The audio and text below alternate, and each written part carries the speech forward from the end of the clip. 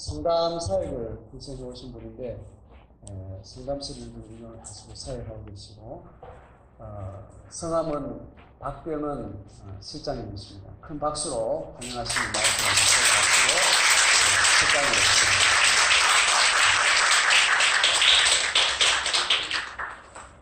안녕하세요. 네, 반갑습니다. 환영해 주셔서. 여러분이 참 안 됐어요. 나라면 이렇게 쭈그리고 앉아서 공부 안 할 거거든요. 그냥 편안하게 하세요. 다리 뻗어도 되고, 힘들면 일어났다 앉아도 되고, 졸아도 돼요. 그냥 지금 다 어떻게 되겠습니까? 주님이 깨워서 듣게 하시면 열심히 들으시고, 또 몸을 가졌으니 졸리면 또 졸아야 되고, 그렇게 하시면서 편안하게 같이 좀 시간을 가지면 될 것 같은데, 어쨌든 제가 여러분에 대해서 깊은 연민을 지금 가지고 강의를 하고 하게 되겠다라는 건 좀 헤아려 주세요. 여러분이 진짜 편안하게 앉아서 공부할 수 있으면 좋겠는데, 이렇게 앉아서 공부하는 게 얼마나 불편하고 힘든지 제가 잘 알거든요. 그래서 여러분 정말 착한 사람들이에요. 저는 교회가 저한테 이렇게 요구하면 그 교회 안 다닐 거거든요. 위로가 좀 되세요? 기도하고 시작하겠습니다. 하나님 아버지, 더운 날인데 저희들을 불러 모아서 이렇게 또 그 하나님 은혜의 말씀을 우리에게 주시려고 하나님도 수고하시고 그 사랑의 수고로 인한 은혜를 우리가 또 이 자리에서 받아 누리기를 원합니다. 되어지는 말씀이 우리 각 사람 속에 생명의 말씀이 되게 하신 것은 성령님이시니 성령님 오셔서 이미 내 안에 와 계시지만 이 시간을 지배해 주시고 우리 육체를 좀 뛰어넘을 수 있는 그런 마음과 또 몸을 가질 수 있도록 도우시기를 원합니다. 하나님이 계획하셨으니 각 사람 향해서 주시는 메시지가 있을 텐데 그 메시지를 자기 것으로 알아들을 수 있도록 성령이 전하는 자나 듣는 자를 함께 도와주셔서 참으로 주께서 주말에 우리를 그곳에 보내셨더니 우리와 함께 하시고 나를 향한 하나님의 뜻이 무엇인지를 알게 하셨다고 그렇게 은혜를 감사하며 찬양하는 시간이 될 수 있도록 도와주시기를 원합니다.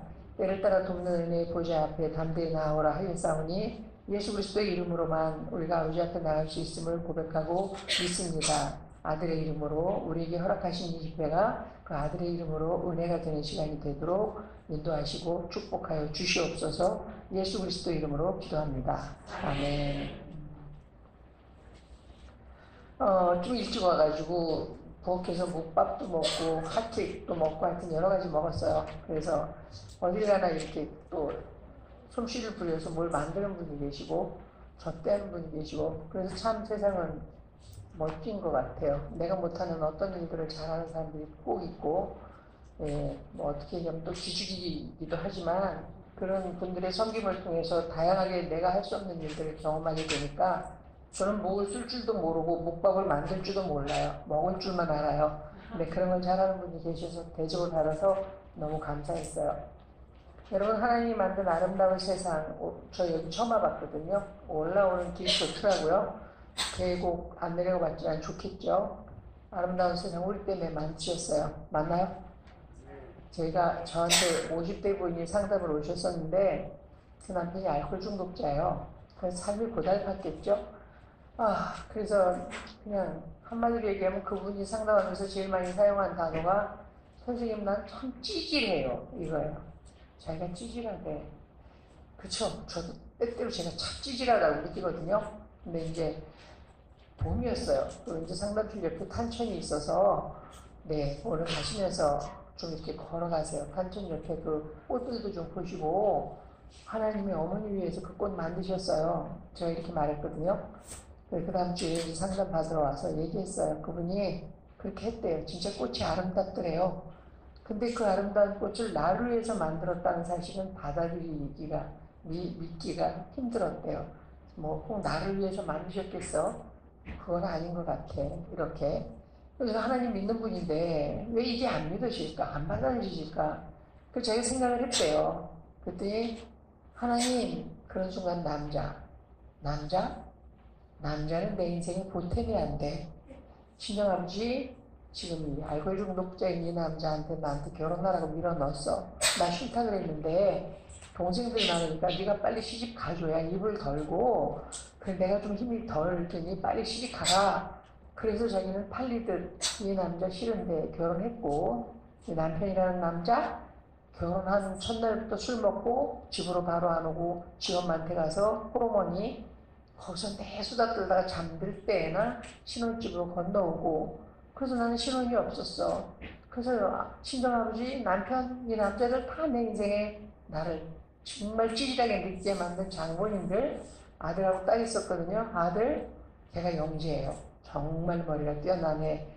그래서 걔 돌보는 기쁨으로 그래서 이제 돈이 없어도 그 아들을 뒷바라지 하는 것은 돈을 아끼지 않고 써서 영재학교도 보내고 이랬는데 상담받는 당시에 그 아이가 사수하고 있는 거예요. 대학을 사수. 아들 기쁨인 줄 알았는데 막말로 얘기하면 재수없어. 뭐야 지금. 그 머리 좋던 아들이 시원찮은 대학도 다 떨어져서 지금 사수를 하고 있어. 남자들은 내 인생에 보탬이 안 돼. 그렇게 연장선상에서 뭘 하나님이 날 위해서 꽃을 만드셨겠어. 이러고 있는 자기를 봤다는 거예요. 이해되세요? 그럴 수도 있겠다 싶으세요? 그럴 수 있어요. 그래서 제가 아까 좀 일찍 와서 이제 강의를 들었는데 사랑을 해야 되는 거 맞아요. 사랑해야죠. 근데 쉽지가 않잖아요, 그게. 그럼 왜 그럴까? 이렇게 해결되지 못한 내 내면에 내가 사랑받는 것도 안 믿어지는데 하나님이 나를 위해서 꽃을 만들었다가 안 믿어지는데 머리로 사랑해야 되는 거 안다는 게 내가 그럴 힘이 없는데 어떻게 사랑을 하겠냐고요. 그래서 사랑해야 되는 거 알지만 사랑하려면 사랑할 수 있는 에너지가 내 안에 있어야 되는데 그 에너지가 어디에서 오겠어요? 사랑받아야 나와요. 사랑받아야. 그쵸? 근데 그 안에는 그 내담자분은 사랑받은 기억이 없어요. 그 큰딸인데도 뭐 친정 가면 동생들은 쪼잘쪼잘 뭐 엄마 아버지하고 얘기도 많이 하는데 자기 이상하게 다가가지 못하고 꼭 모처럼 이렇게 그냥 발치에나 앉아있다가 그러면서 꼭 동생들한테 무시당한다는 느낌 받고 돌아가서는 혼자 또 속을 푸고 그럼 돌아오면 그런 걸 헤아려주는 남편이 있는 것도 아니고 하여튼 그래서 상담 와서 많이 우셨어요. 많이 우시는 걸 그렇죠. 그렇겠죠. 그렇게 생각이 될 것 같아요. 이해되네요. 뭐 이제 다 아시잖아요. 이해해주고 받아주고 공감해주고 이런 걸 굉장히 수십 회 했는데 어느 날 이제 그분이 얘기했어요. 선생님, 전 믿어져요. 하나님이 나를 위해서 꽃을 만드셨다는 게 믿어져요. 그러니까 저도 그럴 자격이 있다고 말씀하시는 거죠? 이랬어요. 그럼요. 그렇죠. 저도 그거 누릴 자격 있죠? 그럼요. 네, 이제 그렇게 생각할래요. 그렇게 생각해도 이제 될 것 같아요. 하나님이 나를 위해서 꽃을 만드셨어. 내가 보는 어떤 잘난 인간들, 그 사람들만 위해서 만든 거 아니야. 나도 하나님의 아름다운 세상을 만들어서 나를 위해서 꽃을 만드셨다는 걸 누릴 자격이 있어. 이제 그게 받아들여지는데. 왜 그렇게 됐을까요? 계속 그분이 이해받았거든요. 상담 와서. 울 수밖에 없는 자기 입장과 처지에 대해서 무시당한 그 마음의 아픔에 대해서 이제 그러니까 그 자기를 사랑하는 것이 무언지를 경험하고 알게 되니까 이제 여유가 생기는 거예요. 하나님이 또 마음 안에 느끼시기도 하고 이런 일들이 벌어지면서 자 그래서 이제 늘 말씀드리고 싶은 건 상담을 25년간 하고 한 1000명쯤 상담을 했는데 믿는 사람들 심리적인 내면에 대한 통찰 없이 영적 체계가 세워지는 건 굉장히 힘들어요. 그러니까 영적으로 세워지려면 심리적인 내면을 들여다보는 작업을 반드시 해야 돼요. 근데 이제 심리학이 교회 안에 들어와서 주님 노릇하잖아요. 지금 오늘날. 이건 굉장히 또 걱정해야 할 일이죠. 그래서 이제 오늘 2시간에 걸쳐서 우리 마음도 들여다보면서 그걸 어떻게 복음으로 연결해서 적용할 것인가 이런 걸 여러분하고 같이 생각할 거예요. 자, 따라오고 싶으면 따라오고 졸고 싶으면 졸고 마음대로 하세요. 여러분 선택입니다. 자, 하나님이 만든 그 아름다운 세상에 아담과 하와가 부부가 살았어요. 최초의 남녀죠. 최초의 부부죠. 최초의 인간들이에요. 근데 그들이 사는 모습에 대해서 1장, 2장이 하나님 만든 세상에 대한 이야기잖아요. 3장부터는 이제 타락한 인간의 이야기이고 그게 2장 마지막 절, 2장 25절이 뭐라고 얘기하냐면 아담과 하와가 벌거벗고 살았대요. 아담과 하와 이토록 두 사람이 벌거벗었으나 부끄러워 아니하니라. 그리고 그 아름다운 첫 창조시 상황에 대한 얘기가 끝이 나요. 얼마나 좋은 일이에요. 벌거벗어도 부끄럽지 않아도 되는 거. 그러니까 이 부끄러워하다라는 건 뭐예요? 수치심을 느낀다는 거거든요. 근데 수치심이 없다는 거예요. 전혀 문제될 게 없다. 자, 그러니까 우리가 성경으로 돌아갈까요? 지금부터 다 벗으면 어떨까요? 우리도 홀라당 다 벗고 앉아있으면 어떨까요? 벌거벗었으나 부끄럽지 아니했다 그러는데 근데 그렇게 얘기하면 크게 잘못된 거죠. 이건 창조시 얘기예요. 죄 짓기 전에, 타락하기 전에. 이게 하나님이 우리를 향한 생각이시고 뜻이에요. 다 드러내고 살아도 전혀 문제될 게 없는. 그래서 아까 공동체 얘기를 하시고 예수 그리스도의 머리 대심을 통해서 이 지체들이 서로 하나로 붙어 있고, 그래서 지체를 섬기는 건 바로 머리 대신 그리스도를 섬기는 거다라고 강사님이 말씀해 주시고 다 맞는 말씀을 하셨는데, 그 공동체가 제일 좋은 공동체가 되려면 서로를 열어 보일 수 있는 공동체여야 되는 거예요. 최초의 부분은 이게 단순히 옷을 입지 않았다, 옷을 벗고 알몸으로 살았다, 그런 얘기가 아니에요. 자기 속에 있는 것들을 다 드러내어도 문제될 것이 없다, 그런 얘기거든요. 한번 여쭤볼까요?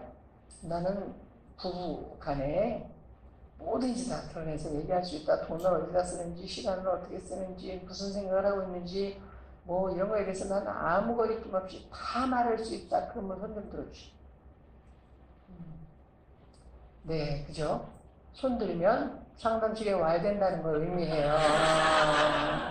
우리 그럴 수 없어요. 이게 창조시, 타락 이전 얘기라니까.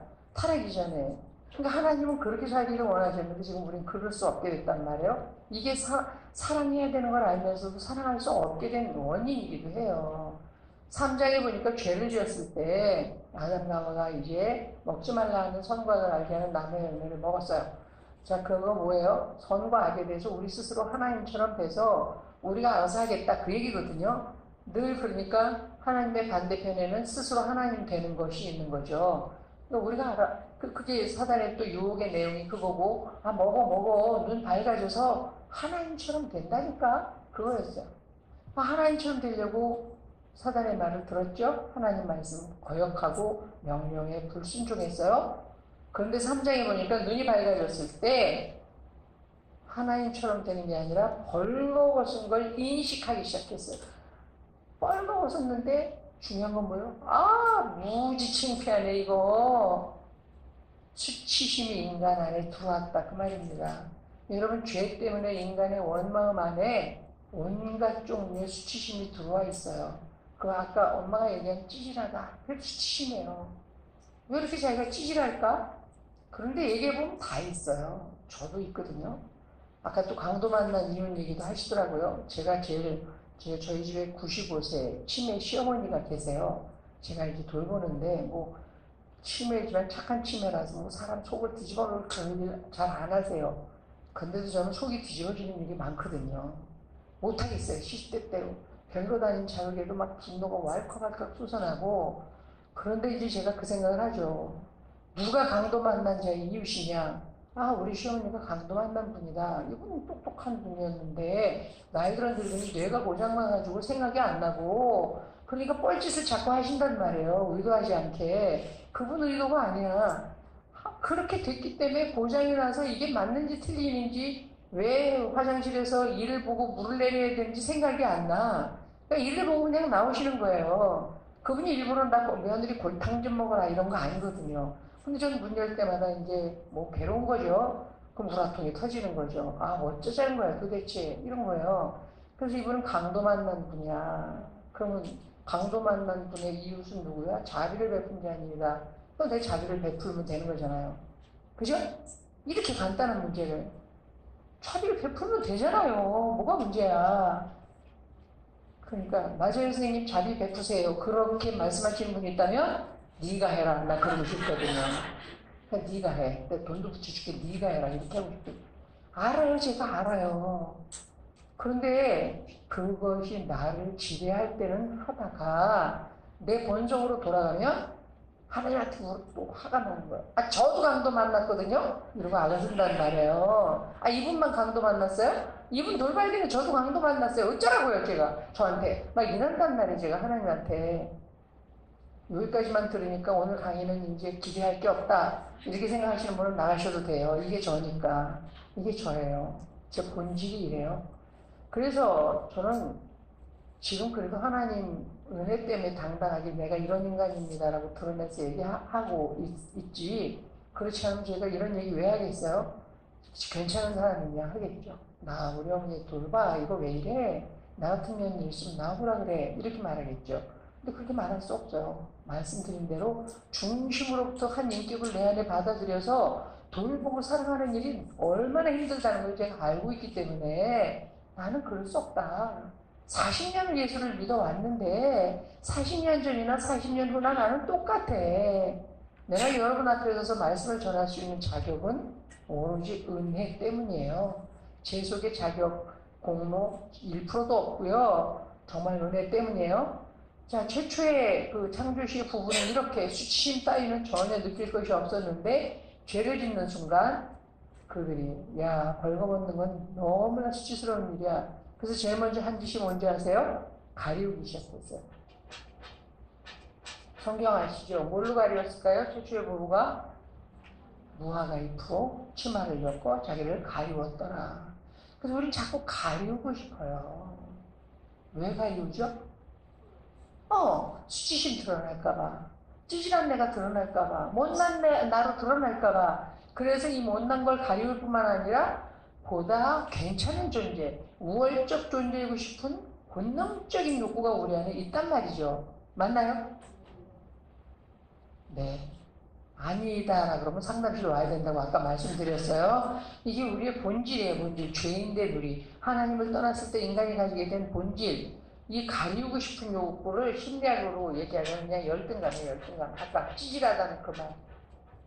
야, 이거 안 되겠네. 수치스럽네. 나를 다 드러내는 건 이건 부끄러운 일이야. 쩔어. 이건 안 되겠어. 가리울 게 필요해. 그래서 아담과 하와는 무화과 잎으로 가리웠다니까요. 우리 속에 예수 그리스도가 유일하게 우리를 가리울 수 있는 대안이에요. 맞죠? 맞아요?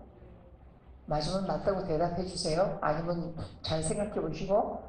그런데 예수님을 믿고 나서도 우리 속에 아직 해결되지 못한 열등감이 있어요.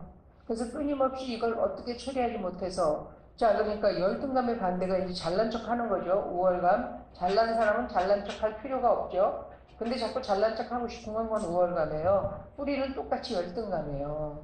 자, 이게 하나님을 떠났을 때, 말씀을 어겼을 때, 하나님과의 관계가 끊어졌을 때, 모든 인간 내면 안에 들어온 굉장히 중요한 수치심이에요. 열등감.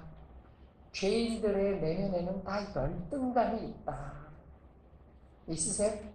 옆 사람한테 좀 물어봐 주세요. 열등감 있나 좀 물어봐 주세요. 너 열등감 있냐? 라고 좀 물어봐 주세요.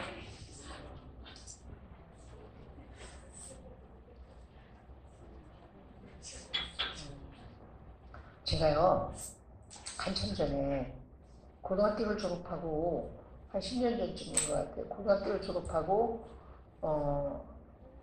그러니까 몇십 년이 지나서 동창 여자애를 만난 적이 있어요. 어쩌다 만났는데, 걔가 은평구 뉴타운에 아파트를 분양받았다면서 몇 명을 초대하는데, 제가 어떻게 몇십 년 만에 만나가지고 그 집을 가게 됐어요. 와, 굉장히 좋은 집이 복층이었는데요. 서라운드로 북한산이 싹 다 보이면서, 그리고 뭐 그냥 커튼이 그 로마 궁정 같은 그 위에서부터 아래 복층 커튼을 촉촉 치고 데크를 만들어서 의자를 놓고 뭐 집이 끝내주더라고요.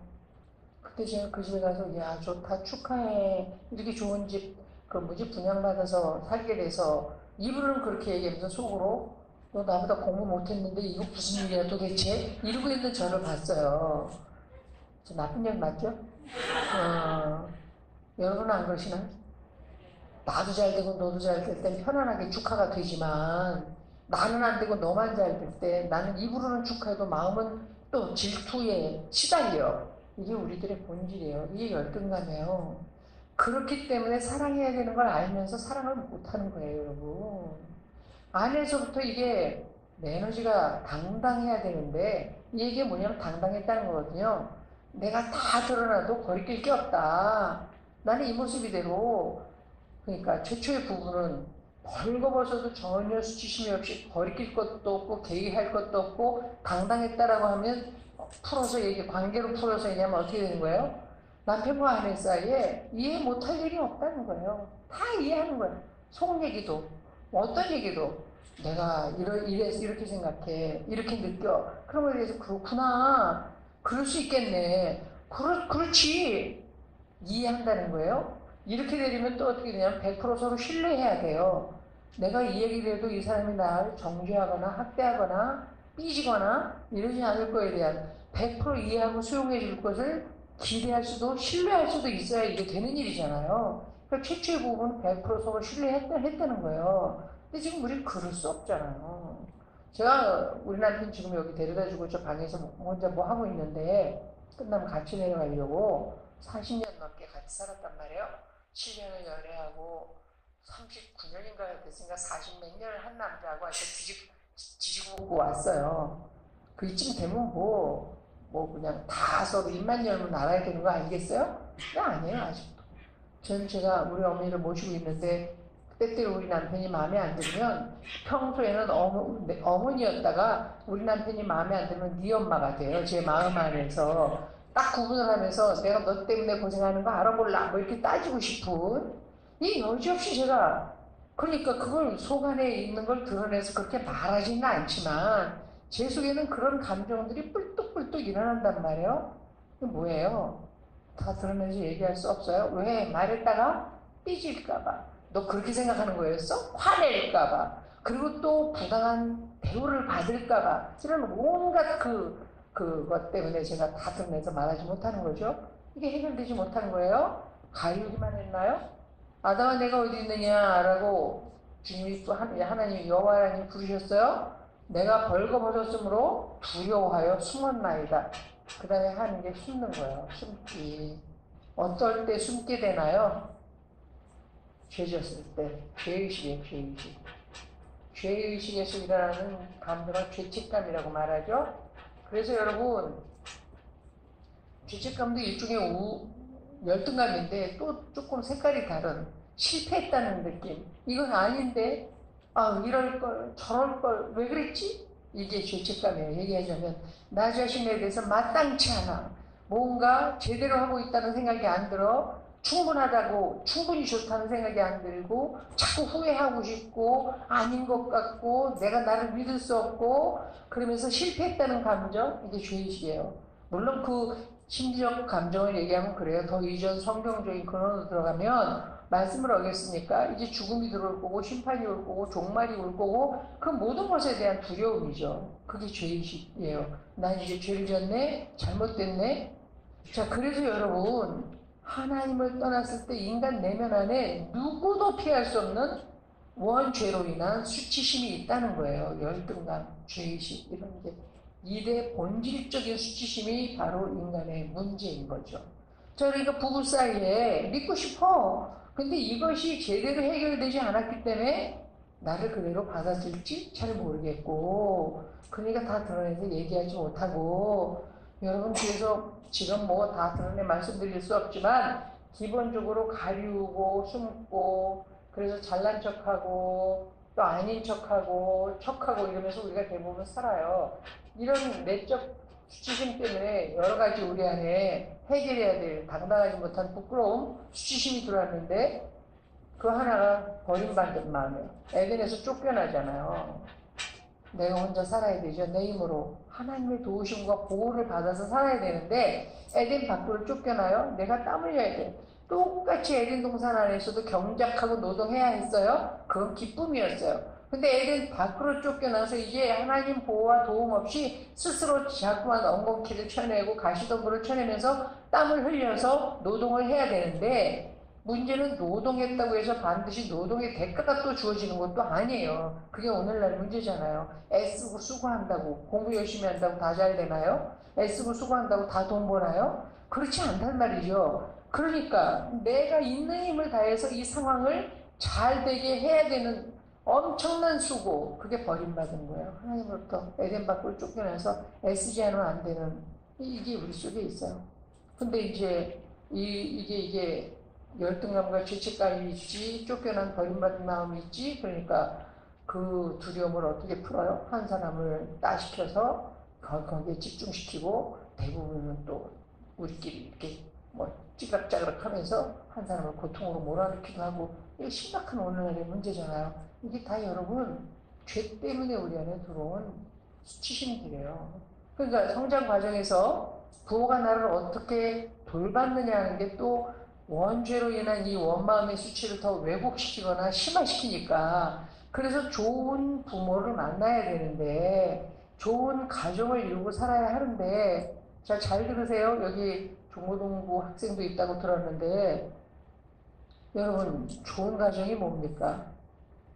이런 나를 이 모습대로 사랑해주는 가정이에요. 그러니까 다시 말하면, 창세기에 하나님이 최초에 만든 가정의 모습대로 얘기하면, 제일 좋은 가정, 가장 좋은 공동체는 어떤 곳이냐? 서로 열고 드러내서 이야기할 수 있는, 믿을 수 있는 곳, 받아질 것을 기대할 수 있는 곳, 이해와 수용이 가능한 곳, 그런 곳이란 말이에요. 그러니까 돈이 없어도, 공부 못해도, 그런 공동체, 그런 가정이어야 되는 거죠. 그런데 부모도 해결하지 못한 이런 내면의 상처가 있어요. 우리 친구들이 알아야 돼요. 그러니까 부모는 위에 부모로부터 해결되지 못한 상처로 인한 양육의 결과로 내 안에 이 또 상처들이 있고, 잘해보려고 나름 애를 써서 자녀를 사랑하는데 이 내 해결되지 못한 이것들이 또 자녀들에게 연결선상으로 또 상처를 만들어요. 그래서 우리가 이제 잠시부터 또 다룰 거지만 그 하나님 사랑으로 자꾸 이거를 희석시켜서 끊어가는 작업을 해야 되는 거죠. 위로부터 받은 걸 작업. 그래서 내가 다 못하지만 나도 있는 힘을 다해서 하나님 사랑으로 회복하고, 그 아까 에너지가 있어야 나눠준다고 했으니 하나님으로부터 받은 것이 내 안에 고이게 해서 그것들을 또 흘려내보내서 자녀 때에 조금 더 끊어지게 하고, 뭐 이제 이와 같은 방식으로 대를 이어서 그 죄의 그 수치심이 계속 유전되는 걸 끊고 좀 막아야 되는데, 어쨌든 버림받았어요. 그리고 뭐가 있어요? 가리우고 숨고. 그러면 반드시 찾아오는 내면의 문제가 뭐냐면 내적 굶주림이에요. 우리가 관계 속에서 만나서 서로 채워야 되거든요. 그러니까 진정한 체험은 어떻게 된다고? 자기를 있는 모습 그대로 드러내고 받아들여지고 이해되어지고 이러면 뿌듯해져요. 채워져요. 어떤 모임에 갔는데 내 수다 떨고 놀았는데도 돌아올 때는 너무 쓸쓸하고 공허하고 그런 모임들도 많이 있잖아요.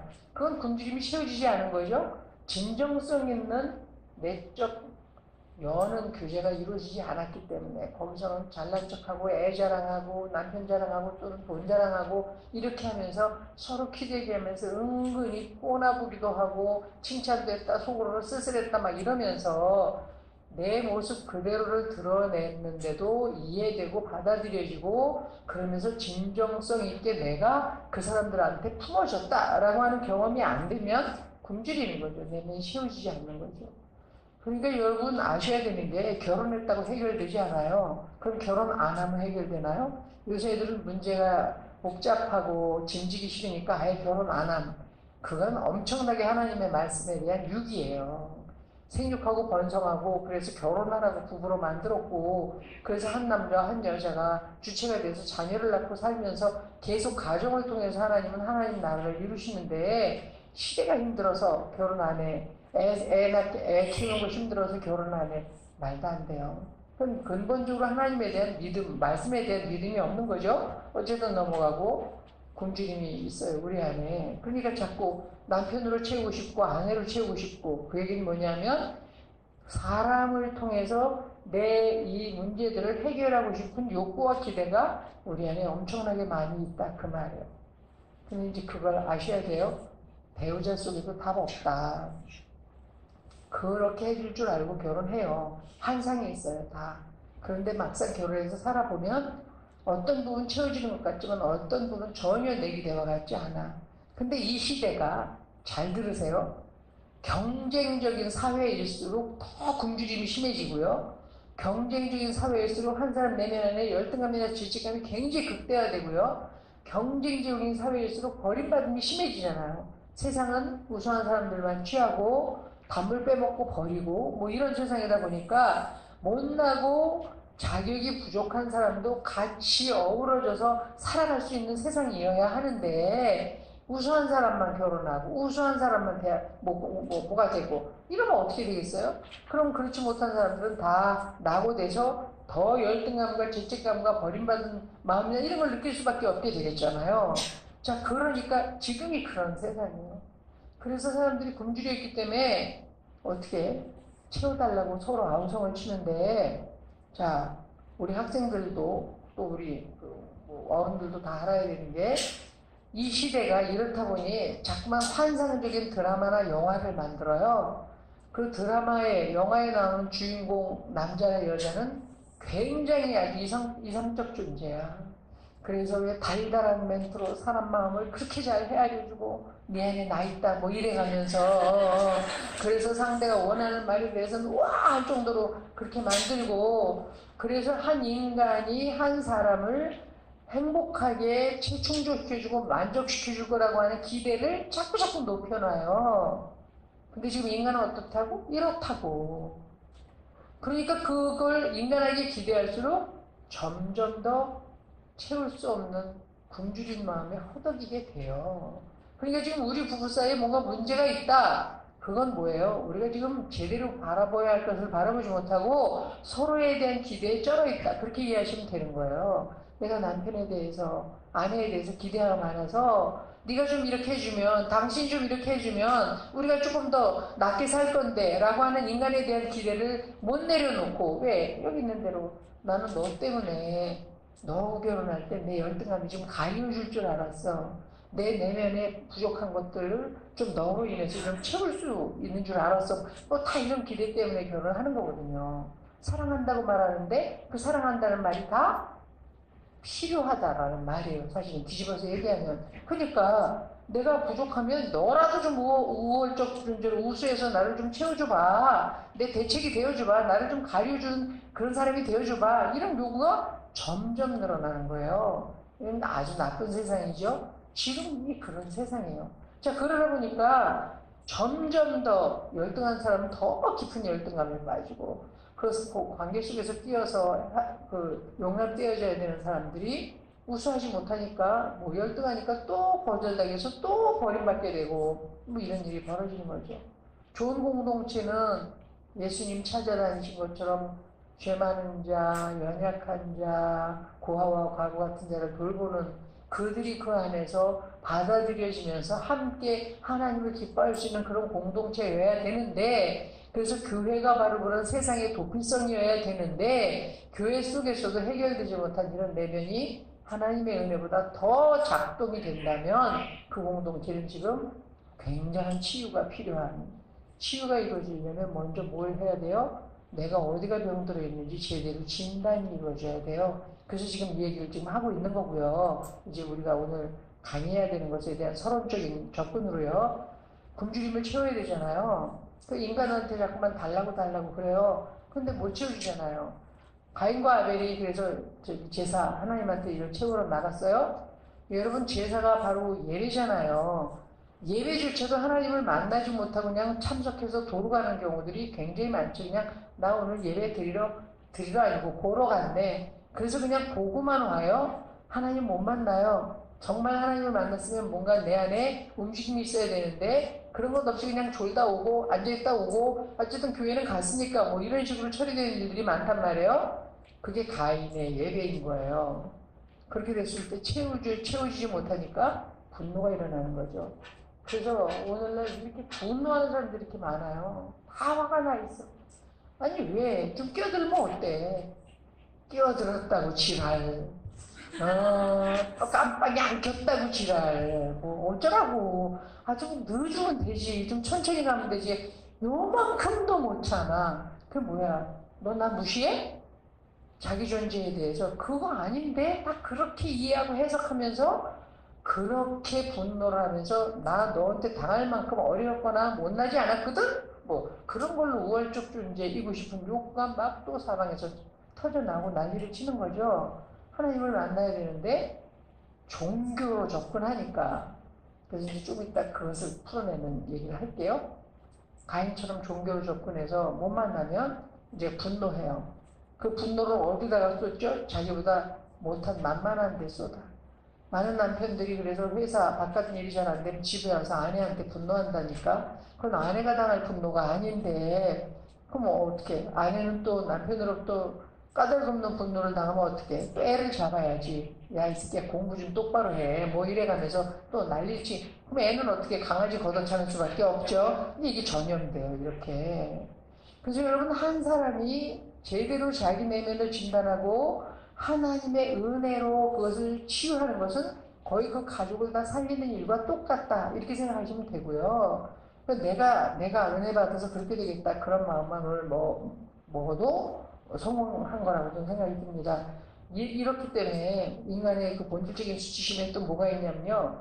못나서 두렵고, 죄 때문에 심판받을까봐, 또 실패할까봐 두렵고, 소외당하고, 무시당하고, 배척당해서 버림받을까 두렵고, 굶주림, 이게 뭐 신체적 굶주림이든 다 영적이든 심리적이든 채워야 되는데, 그걸 못할까봐 두렵고, 못해서 또 두렵고, 분노했다 분노를 되받을까 두렵고, 이게 인간이 하나님을 떠났을 때 가지게 된 내적 상태예요.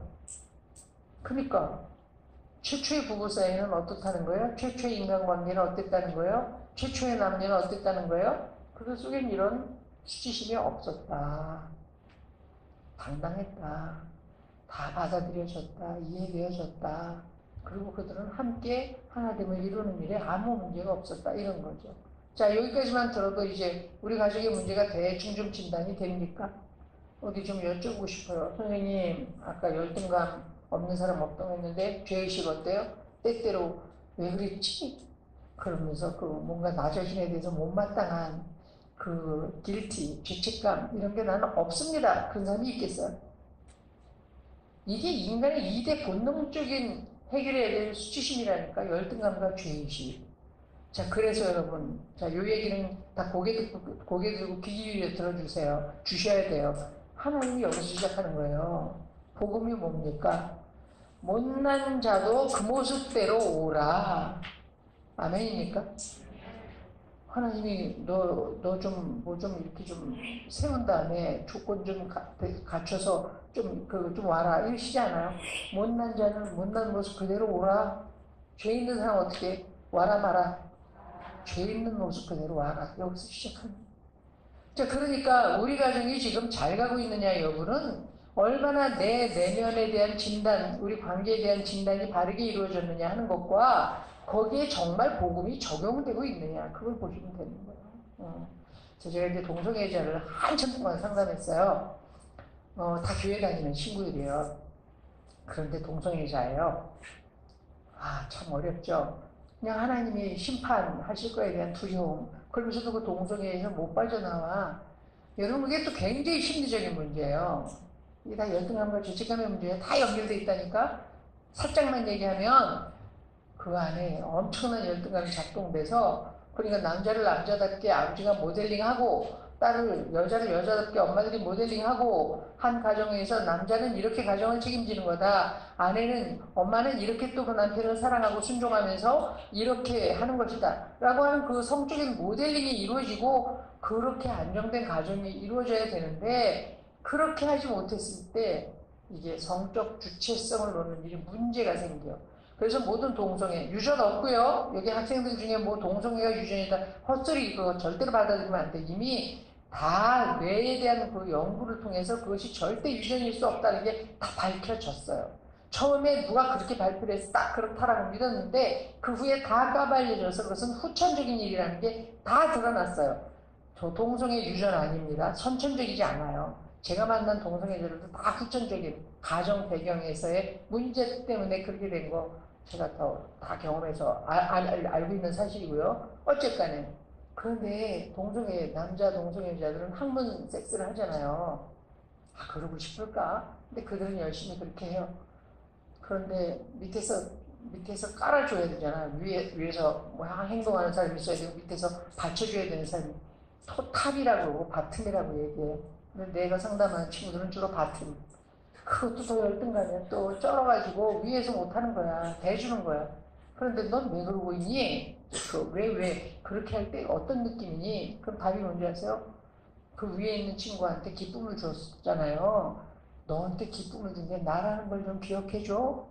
그렇게 열등감에 쩔어 있는 거야.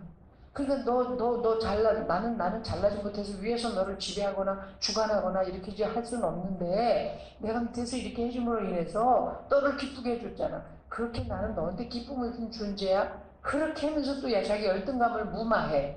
뭔 말인지 이해하시겠어요? 얼마나 우리의 이 찌질함이 그냥 삶의 영역 속에 끼어 있는지. 자, 그래서 여기 학생들이 알아야 되는 거. 열등감이 단순히 공부 못하는 문제가 아니에요. 공부 못한다고 다 열등감 느끼지 않아. 잘한다고 열등감 안 느끼지도 않아. 공부 잘하는 게 열등감을 안 느끼고 우월감만 느낀다면 박사들 속엔 열등감이 없게? 여러분 여기 내 박사 10명 세워놓으면 그들이 얼마나 치열한 열등감을 가지고 고민하는지를 증명해 보일 수 있어요.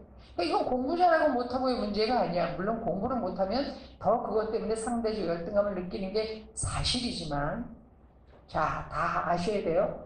이거는 그러냐 안 그러냐의 문제가 아니라 그런 나를 하나님과 얼마나 관련지어 생각할 수 있느냐의 문제예요. 무슨 얘기냐? 못났어도 사랑받으면 당당해져요. 아멘 하세요. 아멘 하세요. 그게 관건이야. 근데 부모들은 못나면 사랑 안 해. 솔직한 얘기로. 왜 부모 속에도 해결돼야 될 열등감이 있으니까 못난 자식을 사랑하는 게 쉬운 일이 아니야. 받아주려고 애를 쓰지만 속으로는 너 좀 잘나서 어떻게 좀 해봐봐. 내가 다른 사람들한테 우리 자식 이쯤 됩니다라고 좀 얘기하면서 뽀갤 수 있게 좀 어떻게 좀 해줘 봐봐. 이게 부모 속에 다 있거든요. 얘기해볼까요? 제가 선생했어요. 뭐 여기 뭐 대방동에 사실 상도초등학교 교사였어요. 옛날에. 대방초등학교에서도 근무했어요. 근데 저희 애가 초등학교 1학년 들어가서 첫 번째 전과목 시험에서 2개를 틀려왔어요. 자, 저는 2개 틀리면 어떻게 해줘야 돼? 전과목에서 2개나 틀렸어. 어? 칭찬해야 돼? 이게 봐. 전과목에서 2개 틀리면 어떻게 해야 돼?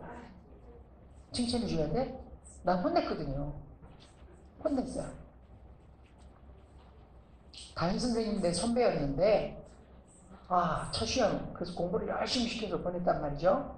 그랬는데 선생님이 전화 왔어. 박병은 니네 아들이 월급 받으면 내가 꽃다발 사갖고 니네 집에 축하해주러 놀러 가려고 그랬는데 어쩌냐 2개 틀렸다 야. 근데 거기서 끝났으면 또 괜찮았을 건데 왜 그랬지 그 선생님? 그 옆동 사는 우리 그 같은 반에 딸내미 이름을 대면서 걔가 올백인데 네가 가서 축하한다고 좀 전해줘? 뭐 이렇게 된 거야. 그 순간 내 열등감이 우월감이 치명타를 입었어. 이해되세요 무슨 말인지? 그래서 우리 아가 팍 치밀었어. 그래서 우리 아들을 잡았어요.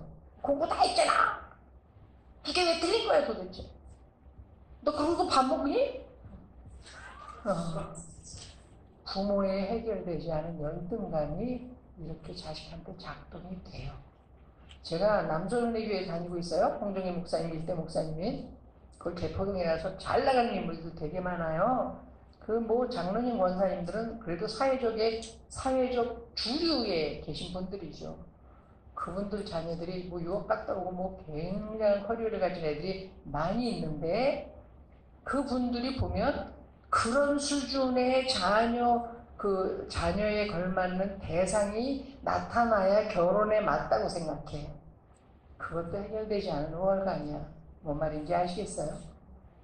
하나님 믿는다고 말하면서 세상에서 빵빵하게 키워서 빵빵한 사이를 얻고 빵빵하게 키워서 빵빵한 며느리를 얻어야 우리 집은 더 빵빵한 집이 될 거라는 생각. 그게 다 해결해야 될 우월감, 열등감의 문제라니까. 동의하는 사람 손 들어주세요. 그럴 것 같습니다. 예. 여러분, 우리 아들에게서 혼났어요. 제가 인간극장에 보니까 어느 일곱 명 자녀 나온 목사님 가정 얘기가 그때 인간극장에서 방영이 됐는데 그 3학년 남자애가 70점 먹은 수학 시험지를 그날 갖고 와서 엄마한테 이렇게 내미니까 그 사모님은 딱 보더니 우리 아들 왜 이렇게 많이 먹어왔어? 이러는 거예요. 그러면서 형한테 틀린 것 좀 가르쳐 달라 그래? 그랬어요. 그 인강경 PD가 70점 별로 잘한 것 같지 않은데요? 이렇게 얘기하니까 그 엄마가 뭐 했냐면, 괜찮아요. 나 이거 초등학교 때 똑같는데 그 중학교 뭐 2학년인가 3학년인데 전교 1등한데 애들은 칭찬하면 다 잘하게 돼 있어요. 이러더라고요. 여러분, 전과목에서 2개 틀린 우리 아들하고 수학 70 받은 그 집 아들하고 누가 더 우수해요? 우리 아들이 더 학습적으로 우수해요. 그런데 내면은 누가 더 당당할까? 그 집 아들이 더 당당해요. 왜? 받아들여지잖아요. 왜 이렇게 많이 먹어왔어? 엄마는 너 나이 때 수학 이렇게 못했는데 우리 아들은 제법 하네? 또 이러더라고. 그러니까 나는 엄마는 네 나이 때 이렇게 안 틀렸는데 너 왜 2개씩이나 틀려? 이런 식이니까 이 우수한 부모 밑에 있는 애들은 살아날 길이 없는 거야. 얘기하자면 기준이 높아가지고 그걸 맨날 허덕거리면서 쫓아가야 되니 채찍 맞듯이 더 애를 써서 우수해질 수 있지만 우수한데 내면이 무너져 있는 수도 없이 많은 애들을 제가 상담하고 있다 그 말입니다. 우수한 만큼 내면도 당당해야 되는데 가리울 것이 있고 숨을 곳이 있어서 그걸로 프리텐딩 그런 척 할 수는 있지만 내면 자체가 아니 난 그렇게 공부 못할 때조차도 난 당당할 수 있어요. 이렇게 돼야 진짜 당당한데 아멘이죠. 그러니까 하나님은 거기서 시작하는 거예요. 나는 못난 자들의 하나님이기를 원한다. 그래서 누구? 고아와 과부의 하나님. 고아와 과부가 뭐 가리울 게 있어? 숨을 게 있어? 남편도 없지, 부모도 없지, 그들은 벌거벗은 모습 그대로 찌질한 자체로 드러날 수밖에 없는 존재인데, 하나님은 그런 자들을 사랑하신다고 말씀하시는 게 성경은. 자, 그래서 여러분 뭘 알아야 돼요? 못난 것이 문제가 아니라 이 못난 내가 하나님의 사랑에 얼만큼 연관되어 있느냐, 이걸 심각하게 생각해야 된다는 거예요. 아멘 좀 해주세요. 자, 옆 사람한테 좀 얘기해 주실래요? 못난 건 문제되지 않는다? 그 못난 너를 하나님이 어떻게 생각하는지 아는 게 중요하다. 그렇게 좀 얘기해 주세요. 물 마시게.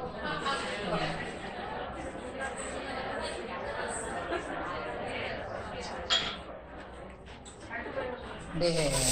이게 복음이고 이게 성경 말씀인데 말은 그렇게 하면서 또 안 믿어. 아까 얘기했잖아. 그 엄마가 찌질한 나를 위해서 하나님이 꽃을 만들었을 리 없다. 이런 것처럼. 아니요. 그러니까 그게 믿어져야 돼요. 그래서 뭘 기도해야 되는 거예요? 하나님 제가 이것을 믿을 수 있도록 제 마음 안에 성령으로 깨달음을 주시든지 은혜를 주시든지 이걸 이제 구해야 된다는 거죠. 자, 어쨌든 우리는 이래요.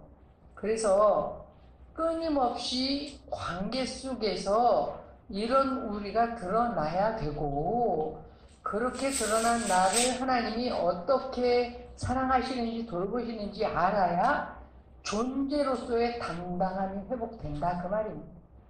제가 여러분 앞에 뭐 제 찌질함을 이제 드러내서 계속 얘기를 할 건데, 그렇게 말할 수 있는 것은 그런 나를 사랑하시는 하나님을 끊임없이 제가 만났기 때문이에요. 40년을 복음 안에 살면서 내가 우수하거나 훌륭해서 사랑하시는 게 아니라 못나고 찌질한데도 불구하고 난 너 그런 거 다 알면서 사랑했다. 아까 동성애자 얘기를 왜 꺼냈나? 열등감 우월감이 그들 속에도 작동돼서 성적인 문제가 그 성적인 문제에도 깔린 건 바로 이 문제라는 걸 얘기하려고 말한 거고요. 또 하나는 그래서 이제 그 동성애자 하나가 한 50번쯤을 왔어. 그래서 그 성적인 문제를 다 들여다보면서 왜 자기가 여기에 빠졌는지 알게 됐어. 그래서 그 소위 얘기하면 스마트폰에 있는 그 뭐 폰으로 할 수 있는 뭐 음란 사이트 다 컴퓨터에도 다 삭제하고 이제 뭐 성적인 충동이 일어나면 샤워하면서 그냥 배출해서 처리하는 걸로 해결하는 데까지 왔어. 그러니까 굉장히 정말 놀라운 기적이 일어난 거죠. 근데 어느 날 또 푹 빠져가지고 상담 다 그래서 종료했는데 다시 왔단 말이에요. 왜? 그때 이 친구가 그 얘기하는 거예요. 선생님, 역시 또 제 안에 하도 부모로부터 학대를 당하고 커서 대학원을 다녀서 논문을 쓰는데 교수가 그렇게 딱딱거릴 때마다 옛날 두들겨 팼던 아버지에 대한 연상 때문에 여전히 두려워하고 있는 자기를 봤단 말이에요. 자기가 하나님을 믿고 그러나 엄마를 아버지를 용서하고 이제 그분들을 품을 수 있을 것만큼 됐다고 여겨졌는데 교수가 논문 지도를 받을 때마다 너 왜 이렇게 잘난 척하냐, 막 이분 영물면서 내용은 왜 부실하냐, 너는 아무래도 처음부터 뭘 다시 해야 될 것 같다. 막 이런 얘기를 자꾸 공격을 받으니까 이제는 논문 지도를 받으러 가려면 먼저 그게 두려움이 돼서 쪼그라들어가지고 그것도 열등감의 문제죠. 죄책감의 문제죠. 근데 그렇게 엄마 아버지가 팼어. 동네, 그 시골 동네 시장에서 엄마 아버지 통닭 튀기는 장사하셨는데 뭐 이렇게 자랑할 게 없는 거야. 그러니까 이 아들을 이렇게 사람들 앞에 우리 아들이 이런 시점 돼 라고 얘기하고 싶은데 그게 안 되면 그냥 시험 못 봤다고 두들겨 패고 공부 못한다고 두들겨 패고 그 혼자서 교회 다니는데 공부는 못하면서 교회는 왜 가냐고 두들겨 패고 그 부모는 언어가 두들겨 패는 거야 얘기하자면. 그러니까 그 맞았던 날이 그 공포에 쪄들어가지고 누가 다다다만 하면 또 얼어붙는 거예요. 그 두려움이 그대로 리마인드 돼서 이제 그래서 다루러 왔단 말이에요. 그때 그 친구가 그 얘기했어. 진짜 선생님 저 왜 이렇게 찌질하는 거예요? 아니 제가 이쯤 되면 이거 벗어나야 되는데 제가 또 이러고 있잖아요. 어떻게 해야 돼요? 그렇게 물었어요. 어떻게 대답해 주고 싶으세요? 나 왜 이렇게 찌질해요? 영주씨 누군가가 영주씨한테 와서 난 왜 이렇게 찌질한 거예요? 그럼 영주씨는 뭐라고 대답해 주고 싶으세요?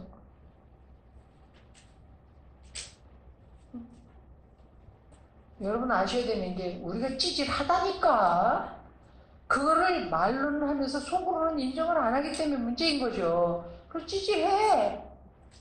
근데 중요한 건 뭐야? 찌질한 우리를 하나님이 거절한다면 이건 너무나 심각한 문제지만 찌질할수록 죄가 많을수록 그분의 사랑이 우리 안에서 더 깊은 감사로 더 많은 하나님께 대한 찬양으로 드려진다고 성경에 얘기했으니 찌질함을 인정하고 그런 나를 사랑하시는 하나님을 만나야 되는 거지. 찌질하지 않아야 되는 것이 문제냐. 그럼 그건 세속 심리학이고 우리가 이제까지 계속 상담을 하면서 우리는 정말 못났네, 부족하네, 현찮네 이것을 들여다보면서 스스로 그렇지 않도록 너 스스로를 자꾸 세뇌해라 이러지 않았잖아. 매번 그러고 난 다음에 그런 우리를 그 모습대로 받으시는 하나님, 그런 우리를 그 모습대로 사랑하시는 하나님, 그런 우리를 알면서도 부르신 하나님, 그 부르심을 후회하지 않는 하나님, 이걸 우리가 아멘하고 끝냈잖아. 그럼 뭐가 문제냐? 찌질한 것을 싫어해서 못 받겠다 그러면 문제가 되지만 찌질할수록 그 사랑이 내 안에서 더 깊어진다면 뭐가 문제예요? 이해되세요? 제 얘기? 이해되세요? 그럼 옆 사람한테 정직하게 얘기해요. 나 되게 찌질하거든. 근데 내가 때때로 보니 너도 나 못지않게 찌질하다. 야. 이렇게 좀 얘기해. 강윤씨 되게 찌질해요. 맞죠? 영진 씨도 찌질해요. 맞아요.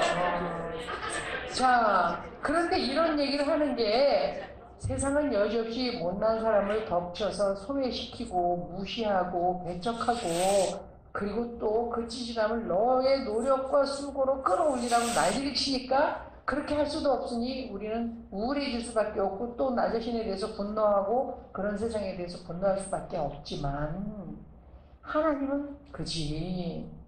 그래 네가 지금 알았을 뿐이야. 나 처음부터 다 알면서 네 안에 들어간 거야. 처음부터 다 알면서 너를 사랑하기로 작정한 거야.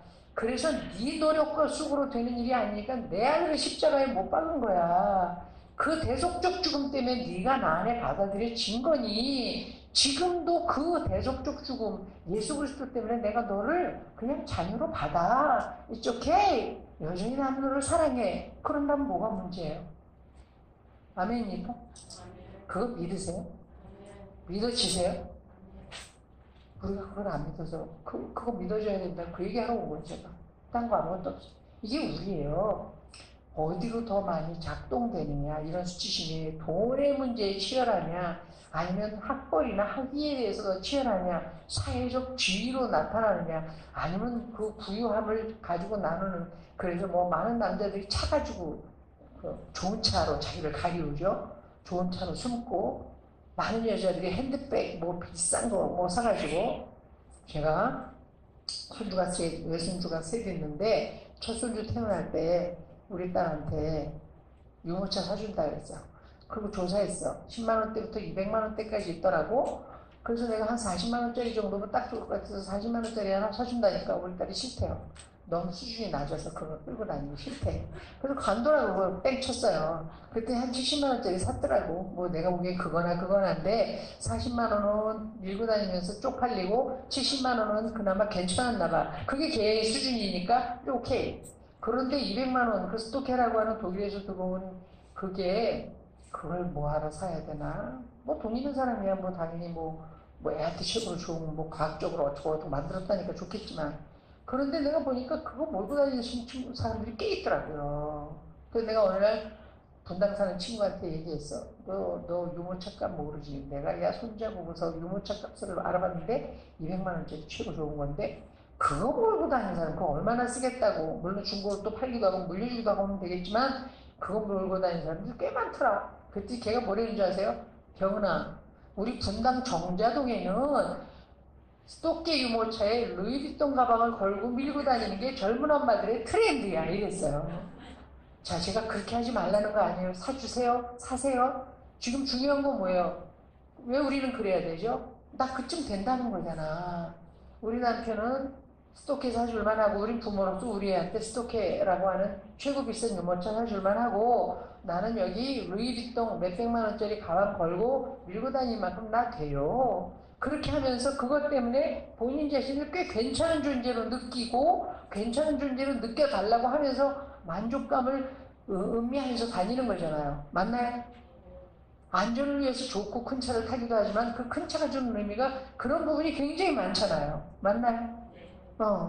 내가 우리 남편이 이제 나를 태워주러 왔다고 얘기, 우리 남편 다 퇴직했는데, 그럼 이제 할아버지죠. 뭐, 건버스 잔뜩 피는 할아버지죠. 이렇게 왔을 때 사람들하고 뭐 남편님하고 인사했는데, 저쪽에서 우리 남편을 뭐 하는 사람인데, 이렇게 아내를 차나 태워주고 다니나, 뭐, 요런, 그 감정으로 보는 것 같으면 그때 제가 여지없이 우리 남편이 교수 정년 퇴직했고요. 목사 안수 받아서 지금 협동 목사 해요. 이러고 말하거든요.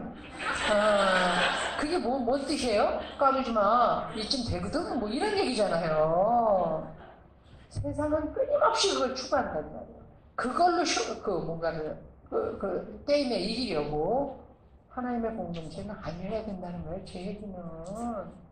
세상에서 뭔가 위너가 돼서 그것을 나눠주기 위해서 열심히 공부하고 전문가가 되고 위로 올라가는 거 대단히 중요한 일이라 공부 열심히 해야 되지만 그것으로 나인 양 가리우고 숨으면서 그것이 내 정체성입니다라고 말하면 안 된단 말이에요.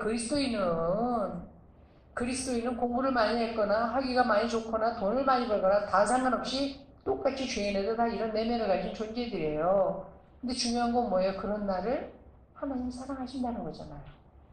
맞습니까? 다 가만히 있고 남편들만, 아버지들만 대답해요. 형제님들 맞습니까? 왜냐면 이 형제들이 문제야. 이렇게 말해놓고 직장 잃고 돈 못 벌면 교회를 안 나오더라고. 그럼 왜 다니는 거야 교회를? 결국 교회도 재물 있는 사람이 장로 되고 힘 있는 사람이 뭐가 돼? 그래서 전문성과 영성이 있기 때문에 그 위치에서 애를 쓰고 헌신하는 거지만 세상하고 똑같은 스토리로 돌아간다면 뭐가 다른 거예요? 그러니까 내가 더 찌그러들어서 내가 영락없이 형편없는 내 존재를 보게 될 때 그래서 나는 하나님 없이는 안 되고 더 죄 많은 나를 발견할 때 그래서 예수 그리스도 없이는 안 되니 나는 정말 현상학적으로 현상 상태에서 예수님 때문에 하나님 은혜 때문에 나는 여기 올 수밖에 없습니다. 그러면서 더 깊은 감사를 드려야 되는 거잖아요. 맞나요? 그게 진짜 예배잖아요. 맞습니까? 근데 왜 안 오는 거야? 돈 못 벌면. 11조 못 내게 되면 안 오더라고 교회를. 그 신앙을 거꾸로 이해하는 거잖아요. 뭔가 내가 갖춰서 가리울 것, 숨을 것이 있어서 그야말로 스토키에다 루이비통 가방 걸고 걸을만 하면 그건 나이고 그렇게 하지 못할 때는 나도 없어. 그래서 하나님 앞에 나가는 것도 공동체 안에서 창피해서 난 이제 안 가. 이게 영 복음을 모르는 거죠. 정말 복음을 모르는 거죠.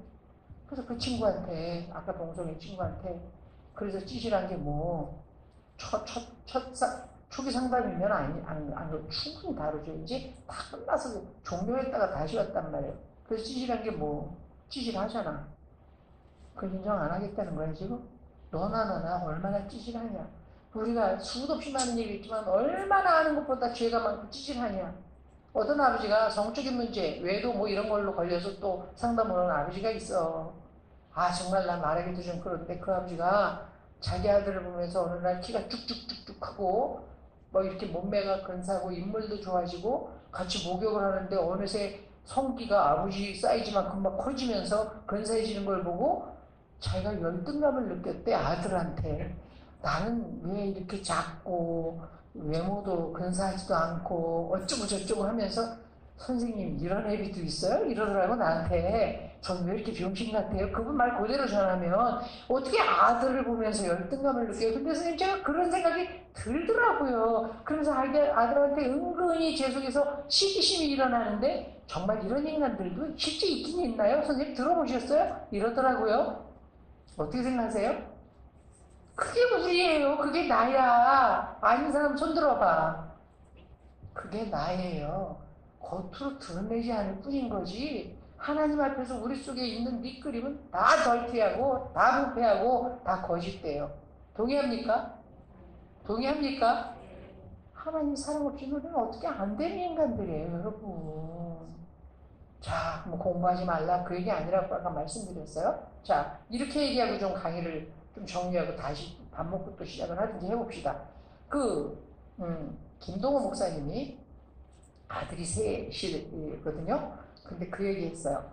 아, 나이키 신발이 처음 나왔을 때 10만 원 넘는 운동화가 있다는 얘기 들으셨단 말이에요. 그래서 집에 가서 아들 셋을 불러놓고 야 요새는 운동화가 10만 원이 넘는다며. 그러니까 아들 셋이 동시에 나이키요 이러더라는 거예요. 그래서 근데 니네들은 왜 사달라고 안 해? 그랬더니 안 사줄 거잖아요. 뭐 이렇게 된 거야. 목사님이니까 뭐 돈도 없고 안 사줄 거지. 근데 그 얘기를 들으면서 목사님이 생각하신 거예요. 그래 못 사주지 어차피. 그런데 그렇게 얘기도 안 하고 안 사줄 거잖아요. 이거는 부자간에 문제가 있다. 그래서 이분이 이제 고민하다 편지를 쓴 거예요. 아들들한테. 얘들아, 사람이 자기라는 존재가 얼마나 현찮으면 비싼 신발 신고 이게 납니다 그러겠냐. 엄밀한 의미로 얘기하자면 10,000원짜리 월드컵 신는 건뭘 그냥 쪽팔리고 10만원짜리 나이키 신으면 괜찮은 사람인 것 같고 이해해. 인간이 어차피 그런 존재이기 때문에. 그런데 그 신발에 의지해서 나는 이 정도 되는 사람입니다 라고 얘기하는 그런 내적 정서로 계속 자란다는 건 서글픈 일이다. 아버지가 그 신발 못 사줘도 10,000원짜리 신발뿐이 못 사줘도 아버지는 정말 너희들을 사랑하는데 나는 너희들이 신발 때문에 나는 당당해요 그러지 말고 우린 10,000원짜리 신어도 아버지 사랑 때문에 당당해요 이런 존재였으면 좋겠다. 지금은 그게 이 아버지 사랑이지만 점점 더 시간 속에서는 하나님 아버지의 사랑 때문에 그렇게 크면 어떻게 되냐. 10만원짜리 신발을 살 수 있음에도 불구하고 내가 10,000원짜리 신발을 사면서 하나님의 사랑 때문에 당당해지면 90,000원이라는 여유를 누군가를 위해서 쓸 수 있게 돼.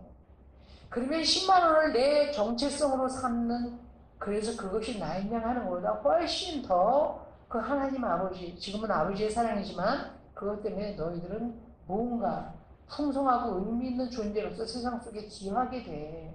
나는 니네들이 자기 존재를 사랑 때문에 세워서 그렇게 기여하는 인물로 살았으면 좋겠다. 그런데 이건 또 신발 안 사주고 얘기하면 잔소리가 되니 필요할 때 말해. 아버지가 사줄 수 있어. 밥을 안 먹어도 신발 사줄게. 나이키 필요하면 그냥 씌우지 말고 아버지 우리도 나이키 사주세요 이렇게 말해라. 사줄게. 그런데 아버지는 나이키 때문에 기뻐하는 것보다 아버지 사랑 때문에 기뻐하는 너희들이었으면 좋겠어. 이렇게 편지 썼다는 거잖아요. 모르지게 아버지면 이쯤 돼야 되는 거죠. 그 당당함이. 무슨 얘기인지 이해되세요? 김동호 목사님이 그런 하나님의 사랑을 내적으로 느끼지 않았으면 그런 얘기 안 했을 것 같아요. 그걸 어떻게든지 또 우리 애 새끼들 기죽으면 안 되지. 그래 밥을 굶어도 나이키는 신어. 아니 나이키 사주라고. 그건 문제되지 않는데 어떤 마음으로 사주고 어떤 마음으로 그걸 받느냐의 문제인 거라는 거예요. 여기 많은 젊은 학생 친구들이 있는데 다시 얘기하지만 그 목사님 말씀대로 그런 거잖아. 내가 신발에 의지해서 차에 의지해서 뭔가 나에게 주어진 물질적인 것들로 나를 가리우는 걸 통해서 그게 납니다라고 얘기하는 것하고 그런 것과 상관없이 나는 하나님의 사랑받는 존재입니다. 로 당당해지는 건 다른 거잖아요. 근데 성경은 자꾸 후자를 얘기하는 거죠. 내가 너를 얼마나 사랑했는지. 근데 여러분 아셔야 되는 거 우리가 사랑받을 만한 존재냐고, 사랑스럽냐고. 겉으로는 꽤 나이스하고 상냥한 사람들도 사실 속을 들여다보면 아까 아들 앞에서도 열등감을 느끼는 아비인데 이걸 난 왜 이 모양입니까? 이런 것처럼 속을 찢어서 열어 보이면 속안이 근사한 사람이 별로 없어요. 여러분 솔직히 얘기해요. 성령의 빛 앞에 점점 더 가까이 나가면 얼마나 내가 별 볼 일 없는지가 드러나게 돼 있고, 그래서 아시죠? 성인들은 다 참회록을 쓰는 거예요. 그분들은 삶이 거룩하고 대단히 드러나는 삶이 우리와는 따라갈 수도 없을 만큼 대단해도 자기 속을 비춰보면 이건 뭐 온갖 탐심 또 음란함 뭐 성적인 욕구들이 뒤틀려 있는 뭐 온갖 것들이 다 들어있는 걸 알거든요. 그러니까 그걸 가지고 주님 앞에 나가서 주님 저는 죄인입니다. 주님 저는 정말 죄인입니다. 주님 저는 환자입니다. 저는 그냥 중환자, 그냥 환자가 아니라 중환자입니다. 그러다가 더 신앙이 깊어지면 저는 죽을 수밖에 없는 암 환자입니다. 이렇게 그 고백이 점점 더 진지해지는 거죠. 그럴수록 그들은 더 깊은 은혜 안에 머물게 되는 거거든요. 자, 성경으로 돌아가서 얘기를 정리할게요. 다시 하나님이 어떤 자를 부르신다고? 못난 자들. 하나님은 못난 자들이 하나님 일을 아주 기뻐하세요. 우리 부모하고 달라요.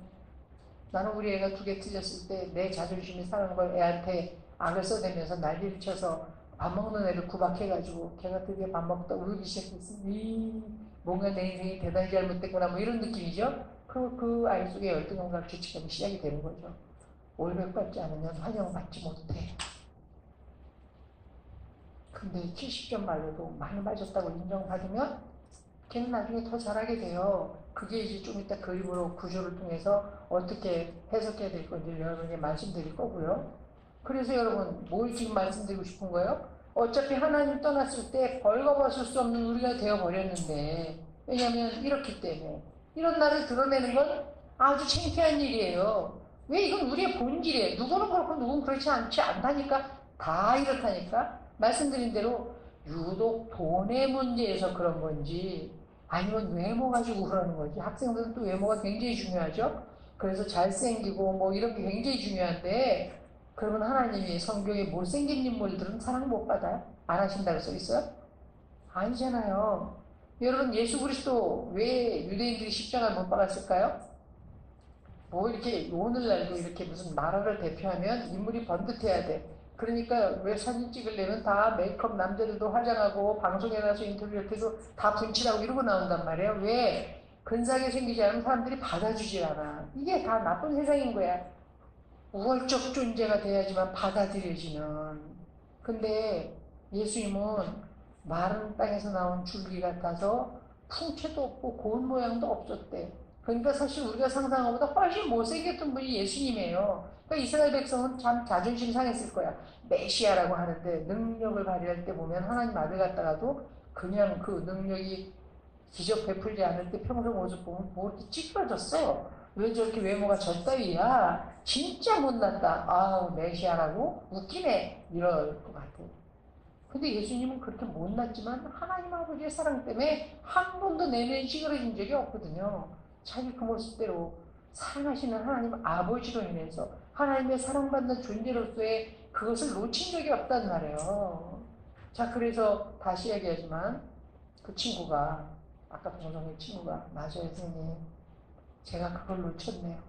어느새 살다 보니 또 굉장히 논문에 대해서도 우수해야 되고 또 뛰어난 실력을 발휘해야 되고 이걸로 한 일설 할 수 있어야 되는 존재처럼 교수 앞에서도 내가 당신만큼이나 압니다라고 뽀기면서 재면서 얘기하고, 거기 논문 쓰는 지도받는 다른 학생들 앞에서도 내가 생각하고는 이 부분은 이렇습니다라고 우월적 존재를 얘기하지 못하는 것에 대해서 제가 심각하게 스트레스를 받고, 그래서 그 찌질함을 문제 삼고 지금 여기로 왔는데 생각해 보니까 그게 또 해결되지 못한 또 다른 열등감 때문이었더라고. 그러면서 그렇죠. 이런 나를 사랑하신다는 걸 제가 놓쳤네요.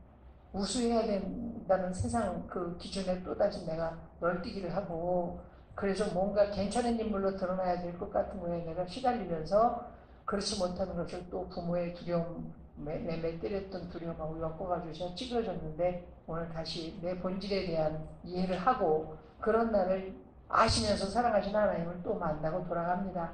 맞아요, 쌤이. 이래서 좀 하나님 사랑 없으면 안 돼요. 이러고 평안해져서 갔어요. 아멘 좀 해주세요. 이게 복음이란 말이에요. 이게 복음이에요.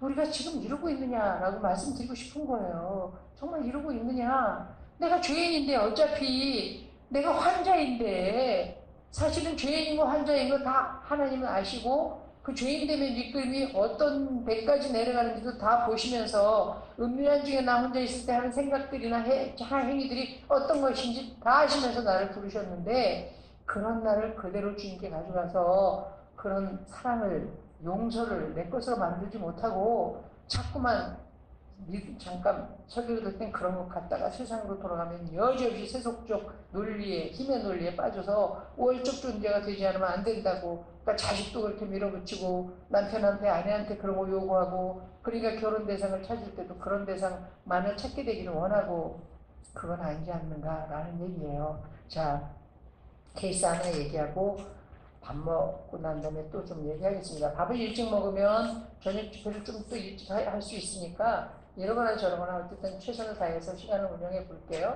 자, 어떤 아버지하고 그러니까 부모님이 상담을 하러 왔어요. 아들이 하나 있어요. 자, 결혼해야 돼. 30 가까이 된 아들. 아버지는 CEO예요. 엄마는 문화센터의 센터장이에요.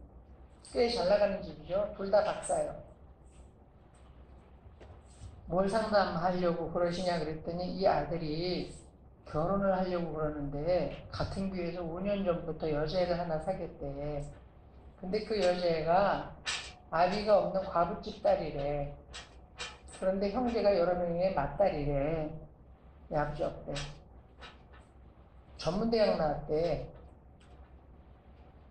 근데 그런 여자하고 결혼하려고 그런다는 거야, 얘가. 어떻게 들려요? 그런 여자하고 결혼하려고 그러는데, 어떻게 들려요? 남의 말은 그렇게 얘기하는데, 지 자식이 그러면 이제 그때 또 소리가 달라지죠? 똑같읍시다, 제발 좀. 제발 좀 똑같읍시다. 자, 그래서 5년 전부터 사귀었대. 그래서 결혼하겠다고 말해서 안 된다고. 왜 그렇게 짐을 지려 하냐. 애비도 없는 집에 장가가가지고 너 마사이 아들 노릇하고 그 아버지 노릇하고 얼마나 짐이 무거울 텐데 또 왜 그런 걸 자청해서 가냐. 그랬대. 그것은 아니라고 했더니 엄마 아버지 밥 사드린다고 우리 같이 식사나 합시다. 그래서 아들이 그래서 밥 먹으러 갔더니 그 여자를 불러냈더래. 밥 사준다고 불러내서 갔는데 그 여자를 불러냈더래요. 이제 인사시키고 이제 어떻게 해보려고. 그래서 빨딱 일어나서 밥 안 먹겠다 그러고 그냥 오셨대. 거절한 거죠. 그랬더니 둘이 그냥 이쪽 지금 엄마하고 나를 잡았대. 결혼한다고. 이제 부모 허락 필요 없다. 이렇게까지 했는데도 거절하시면 우리는 그냥 결혼합니다. 어떻게 하면 좋으냐라고 상담을 하세요. 인수 씨 어떻게 하라고 그럴까요? 당연히 해야죠. 당연히 해야 돼요. 이런 데도 해야 돼요. 이 집 위상이 도무지 안 맞는데요. 그게 문제가 아니에요. 민수 씨 짱. 그렇죠, 그렇죠. 그런데 이거는 진짜 문제가 되잖아요. 솔직히 얘기하면. 이 가정적인 이 배경으로 볼 때 이왕이면 더 좋은 여자, 조건이 좋은 여자고. 그런데 5년을 사귀었대. 그럼 이 5년 동안 분명하게 진지하게 불러서 얘기하지 않으셨습니까? 아니라고 분명히 처음부터 얘기를 하셨어야죠. 그러다가 뭐 우리가 관심을 안 가지면 떨어져 나갈 줄 알았죠. 그건 6인데요. 부모로서의 책임을 제대로 하지 않으셨네요. 그러니까 관심 갖지 않는 쪽으로 그렇게 아들을 대하시는 거잖아요. 그럼 얘는 받아들이지 않았으니 버림받음에 대한 상처도 있을 거고 열등감과 죄책감도 있을 것이고 그래서 얘기하자면 엄마 아버지의 마음에 기준에 안 드는 아들로 대접받았을 가능성이 대단히 많겠네요. 그랬더니 이 엄마가 사실은 그래요. 우리는 우리 애한테 별로 만족 못해요. 우리 애는 대학도 그냥 그저 그렇고 그래서 이 아이가 사실 우리가 바라는 바만큼 못하는 것에 대해서 우리는 늘 아쉽고 그런 마음이 있다는 거예요. 자, 그러니까 더더욱 이 아이가 어떤 결정을 할 때 그것을 받아줘서 그 아이로 하여금 그 부모가 함께 힘을 실어주는 것이 중요했을 텐데 그런 식으로 관심도 안 가져주고 알아서 떨어져 나가기를 바라니까 결국 그렇게까지 간 거 아니겠습니까? 근데 그 여자가 왜 마음에 안 들어요? 물었더니 이분 장로님이야, 이분 권사님이고 그 얘기인 거야. 전문된 거 나왔다고 그럽디다. 그래서 그때 뭐 식당에 설정 나온 거 보니까 키도 작고 그래서 나 김새서 우리 딸 키 작거든. 그 키 작은 게 죄냐고. 근데 키도 작고 이게 다 우리들의 생각이란 말이에요. 키 크고 근사하고 남들 보기에도 왜 쭉 빠져서 자랑할 만하고 여기 그런 걸로 고민하는 친구들이 있으면 오늘 다시 얘기합니다. 그건 하나님의 사랑받는 일에 아무 상관이 없어요. 세상 사람들이 자꾸만 얘기하는 거지. 그런데 그런 나를 작아도 사랑하신다라고 믿을 때 그 당당함이 오히려 굉장한 영향력이 돼요. 밥 먹고서 그걸 얘기할 거라니까요. 자, 그래서 이 아버지 태도가 난 마음에 안 들었어. 근데 어쨌든 장로님이고 권사님이니까 내가 할 말은 그것밖에. 근데요, 이제까지 거절을 안 하셨고 적극적으로 아니라고 얘기하지 않고 그냥 그 아이로 하여금 오히려 배척당했다라는 느낌만 주셔서 아들이 굉장히 분노할 것 같아요. 저는 그 아들 마음이 좀 이해가 되는데 장로님, 솔직히 장로님이시잖아요. 그러니까 그런 집 아버지 일찍 돌아가셔서 엄마 밑에서 큰 여자애니 그런 애를 좀 딸처럼 받아들여서 사랑해 주시면 안 돼요? 얘가 아버지 사랑을 경험하지 못했다면 이렇게 넉넉한 모든 것이 넉넉한 장로님이 좀 받아들여서 얘로 하여금 아버지 사랑이 이런 것이다라고 경험케 해 주어라 라고 하나님이 말씀하실 수도 있지 않을까요? 라고 물었어. 어떻게 생각하세요? 그럴 수도 있죠? 광홍씨 그럴 수도 있어요? 동의 안 되세요? 그럴 수 있죠. 네, 그럴 수 있어요. 우리는 자꾸만 우리가 생각하는 것에 그래서 뭐 키는 180에 연봉은 5천에 그리고 뭐 4년제 대학원 나오고 외국 갔다 왔으면 더 좋고 세상의 스펙을 원하니까 우리도 막 줄줄이 늘어놓으면서 그걸 응답해 주셔야 하나님이 나를 사랑하시는 거라고 뺑빼거지를 쓰면서 응답 못 받아요. 하나님도 못 찾아내. 없어 그런 사람. 애지간해야 뭐 응답해 주지. 이 안에 없는 사람은 LPCD 들이대면서 하나님 주세요. 지도 LPCD 안 되면서 여러분 그건 세상이에요 그냥. 그렇게 기도할 수도 있지만 아닐 수도 있다는 것도 열린 마음으로 받아들여야 되는데 자 그랬더니 뭐 장로님이시더라고 역시 끄떡끄떡 그럴 수도 있겠네요. 저는 그렇게 생각이 드는데요. 그거 아들을 좀 받아주세요. 그래서 결혼하고 안 하고는 상관없이 이 아들을 좀 받아주세요. 그래서 그냥 장로님이 아들 불러서 그냥 밥 한 번 먹으세요. 그냥 아무 다른 거 뭐 설득하려고 그런 얘기 하지 말고 내가 상담을 받고 생각해보니 너를 제대로 있는 모습 그대로 용납 안 해줬던 것 같아. 그거에 대해서 너무 미안하다라고 이야기하면서 그 부분에 대해서 내가 너하고 사과하고 그러면서 정말 편안하게 밥 한 번 먹고 싶다. 목적 갖지 말고 그리고 그냥 걔를 받아주기 위해서 밥 한 번 드세요. 그러고 이제 가셨단 말이에요. 그랬더니 아들이 상담 왔어요. 마음이 열린 거야. 제가 이렇게 부모의 거절을 다 이렇게 뿌리치면서도 결혼을 강행하는 게 잘하는 일일까요, 선생님? 저도 사실은 축복받으며 결혼하고 싶은데 너무 우리 엄마 아버지 태도 완강해서 분노해가지고 그냥 결혼을 실행하려고 그랬는데 엄마 아버지가 밥 먹자 그랬대. 근데 자기한테 그동안 너를 잘 못 받아줘서 미안하다고 사과를 해서 자기가 마음이 풀려가지고 그것 때문에 이 결혼을 계속 진행을 할까 말까 그 선생님을 만나고 왔다고 얘기해서 자기가 상담 왔다는 거예요. 내가 물어봤어. 너는 그 여자애를 왜 좋아하니? 선생님 제가 부모한테 받아들여지지 않아서 늘 나 자신에 대해서 못나고 죄책감, 시원찮고 이럴 때마다 그 여자애가 늘 옆에서 아니야 오빠는 괜찮은 사람이야. 오빠는 할 수 있어. 그렇게 격려해 줬다는 거야. 그럼 된 거 아니에요? 어떻게 생각해요? 아멘 좀 해주세요 여러분. 그럼 된 거 아니에요? 제일 중요한 거잖아 이 아들한테 힘을 부여하고 그죠? 그 얘가 얼마나 좋겠어.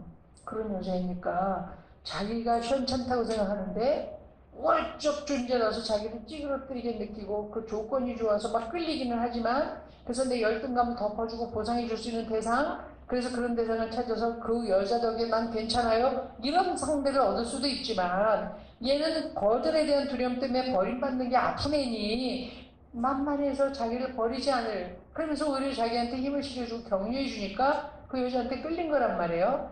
결국 이것 자체가 이 부모의 양육의 결과예요. 그래서 많은 부모들이 아들, 딸 시집장가 보내고 며느리 사위 얻을 때 이런 문제로 막 부딪혀가지고 저한테 상담을 오는데 어떻게 우리 애가 그렇게 외국에 가서 공부를 뭐 쉽게 얘기하면 하버드도 나왔고 뭐도 나왔고 그랬는데 그런 너절한 남자애를 데리고 오죠? 이런 부모들이 꽤 있어. 제 대답이 하나같이 똑같아요. 그게 그 아이의 심리적 수준이에요. 걔가 사회적 조건으로 공부는 그렇게 했을지 모르지만 그 아이의 심리적 수준이에요, 그게. 그 딱 자기한테 맞는 대상 중에 고른 거예요. 뭔 말인지 이해되시겠어요? 심리적 이해 없이 영적 체계가 안 선다니까, 다시 말하지만. 그런 게 그 열등감과 죄책감이 그런 부분에도 다 작동이 돼요. 그래서 이게 회복돼야 된단 말이에요, 당당함이. 그럼 공부를 열심히 잘하고 돈을 많이 벌고 중요하죠. 그것도 상대적 열등감을 해소하는데 필요한 일이라서 그렇게 하도록 격려받아야 돼요. 열심히 공부하고 1등 하는 경험을 해야 돼요. 돈 버는 경험도 해야 돼요. 근데 중요한 건 뭐예요? 그것과 상관없이 존재 자체로 내가 사랑받는 존재임을 아셔야 된다. 그 말입니다. 그게 성경의 이야기고 그게 복음이에요. 아멘인 거죠? 그걸 자꾸 우리 삶 속에서 리마인드 하는 것이 가장 중요한 일인데 그렇게 생각하지 않고 믿는다고 얘기하면서 하나님까지 들볶아대 A, B, C, D, E를 갖춘 사람은 주시옵소서. 그래서 A, B, G까지 갖춘 사람 보내주면 D가 없어서 응답이 아니래. 그러고는 보내. 30살 먹을 딸을 35살까지 묶어놓고는 그 다음에 C, D, E 갖춘 사람 이제 보여주시면 그때 A, B 가진 사람도 내가 안 했는데 C, D 가졌다고 할 것 같아. 아직 하나님이 응답 안 하셨다 또 보내. 이제 끝난 줄 아시면 돼요. 아무도 나이 지나면 또 안 찾아와. 남자들은 나이 많은 여자 별로 안 좋아해. 솔직히 얘기하면. 이쁜 거 좋아하고 젊은 거 좋아하고 그냥 본성이야. 얘기하자면. 물론 이제 성숙해서 자기 일식이 나름으로의 성숙이 조건으로 나타나지만 자 어쨌든 그렇게 얘기하면서 그러면 결혼해도 될 것 같은데 그 양해를 구해. 네 아내 될 사람을 좀 데려와라. 저를 받아주시면 제가 그것을 감사로 여기고 이 가정의 그 가문의 위상에 맞게 최선을 다해서 며느리 노릇을 하겠습니다. 부모님, 오빠를 잘 세우고 부모님을 그렇게 섬기면서 제가 살겠습니다. 그렇게 할 수 있도록 얘가 너한테 그렇게 마음을 쓰는 거 보니 그런 가정에서 자라나서도 마음이 따뜻하고 믿음이 좋은 애 같은데 그렇게 할 수 있으면 좋겠다. 그래서 부모님을 만나서 그렇게 절차를 밟아서 마음을 좀 풀어드리고 그러면 좋겠다. 근데 이제 안 왔어요. 그리고 결혼했다고 나중에 그 부모한테 들었어요. 근데 뭐 결혼식은 갔고 그 다음에 아직까지 그냥 다 풀려서 왕래는 안 하는데 그냥 결혼을 했다고 그러면서 좀 쓸쓸하게 말씀을 하시더라고. 시간 속에서 그 부분들이 해결됐으면 좋겠는데 지금 이 얘기 왜 하는 거예요? 여러분 하나님이 우리를 부르셔서 하나님의 가족으로 받아들이신 이후에 아까 얘기한 대로 하나님은 포장하고 덮은 상태에서 우리를 평가하지 않으세요. 처음부터 벌거벗었으나 부끄럽지 아니한 관계 속에서 인간들이 가족이 부부가 살아가도록 구조하신 분이 하나님이시기 때문에 하나님은 믿음 안에 들어온 우리를 끊임없이 벌거벗기는 작업을 하세요.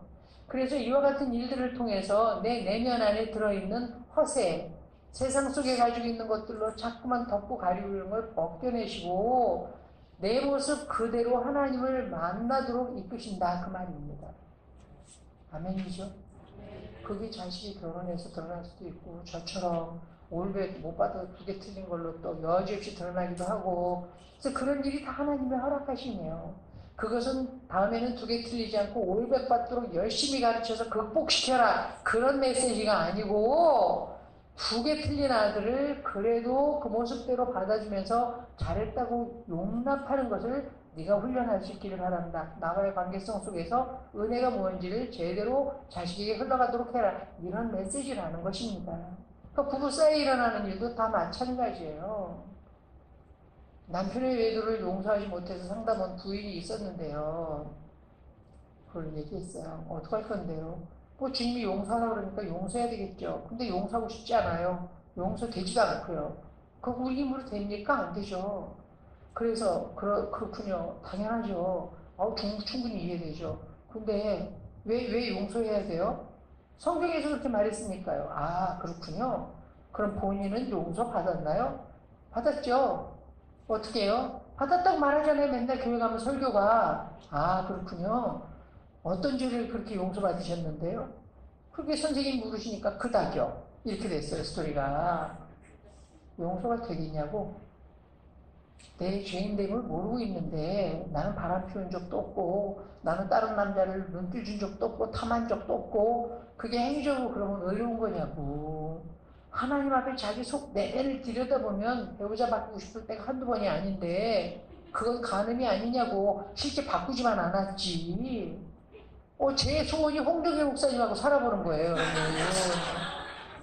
어떻게 똑같이 예수를 믿는데 저 사람은 온 세상을 뒤집어 엎고 다니면서 저렇게 살지? 너무 대단해, 그게. 그런 남자하고 살아보고 싶어.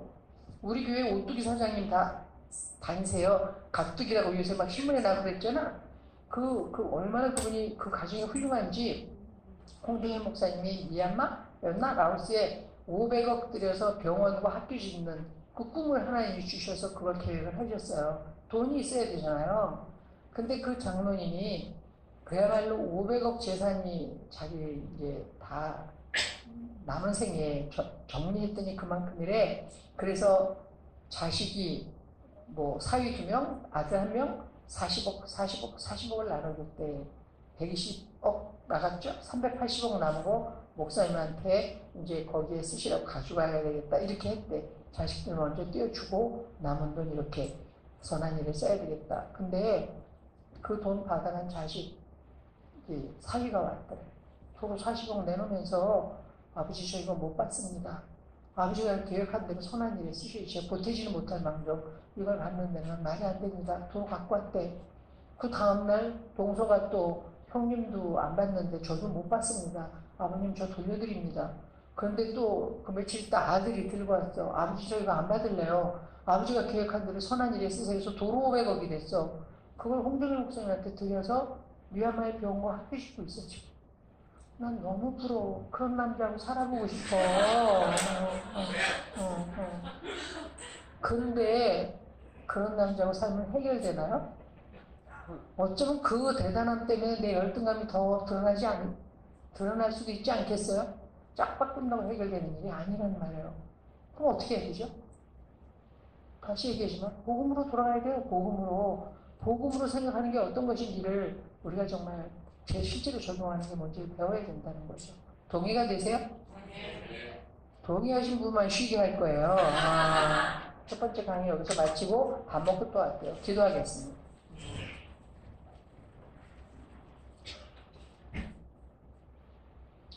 하나님 아버지, 우리가 우리 자신이 죄인인 것을 고백하고 그 예수 그리스도의 십자가의 죽으심이 나를 구원하시기 위한 죽으심인 것과 하나님 아버지께서 나를 그 아들 안에서 용서하시기 위해서 이루신 희생적 죽음인 걸 인정하고 그 예수님을 구주와 주님으로 영접함으로 이 은혜 안에 들어왔습니다.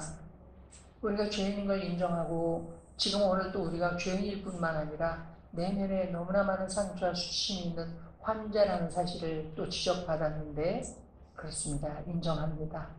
우리 안에 너무나 많은 해결해야 될 열등감과 우월감 왔다 갔다 하면서 널뛰기를 하고 있고 그래서 그런 것들을 하나님의 사랑이나 은혜로 해결하는 적도 있지만 아직도 세상 속에서 여전히 경쟁적으로 우월적 존재가 되기 위한 가리울 것들을 구하면서 거기에 몰두해 있는 우리 자신을 봅니다.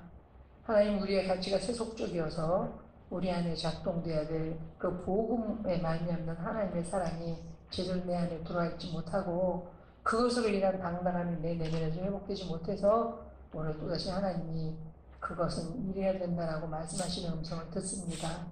못난 나를 사랑하시는 하나님, 죄 많은 나를 용서하시는 하나님, 그 모습대로 다 아시면서도 불러주시고 아시면서도 내 안에 들어오신 성령님 감사를 드립니다.